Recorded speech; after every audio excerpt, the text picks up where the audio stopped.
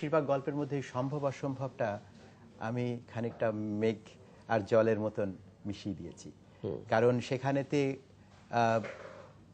বাষ্প যেরকম আপনাকে ঠিক ভেজায় না, কিন্তু আর্দ্র করে তোলে, এবং যেখানে সম্ভব অসম্ভব এক হয়ে যায় সে জায়গাতে একটা আর্দ্রতা তৈরি হয়, এবং আমি সেই আর্দ্রতাটাকেই মনে করি মানুষ মনে রাখে, এবং সেইটা আমার মনে হয় কিছুটা পরিমাণে বিমানের অবদান। কিছুটা পরিমাণে বিমানের অবদান।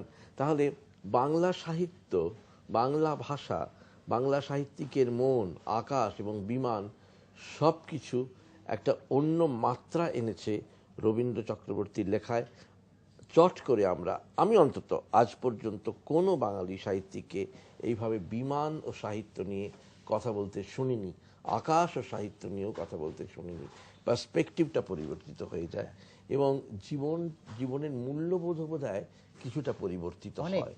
কারণ আপনি যখন ওপর থেকে যে বাড়ির জন্য আপনি রোজ লড়াই করছেন, যার মর্টগেজের কথা আপনি ভাবছেন, যেই গাড়ির কথা আপনি ভাবছেন, বা যেই গাড়ি আপনি চালাচ্ছেন, বা যাদের রেখে গেলাম পিছনে তাদের ছোট ছোট খেলনা লাগে।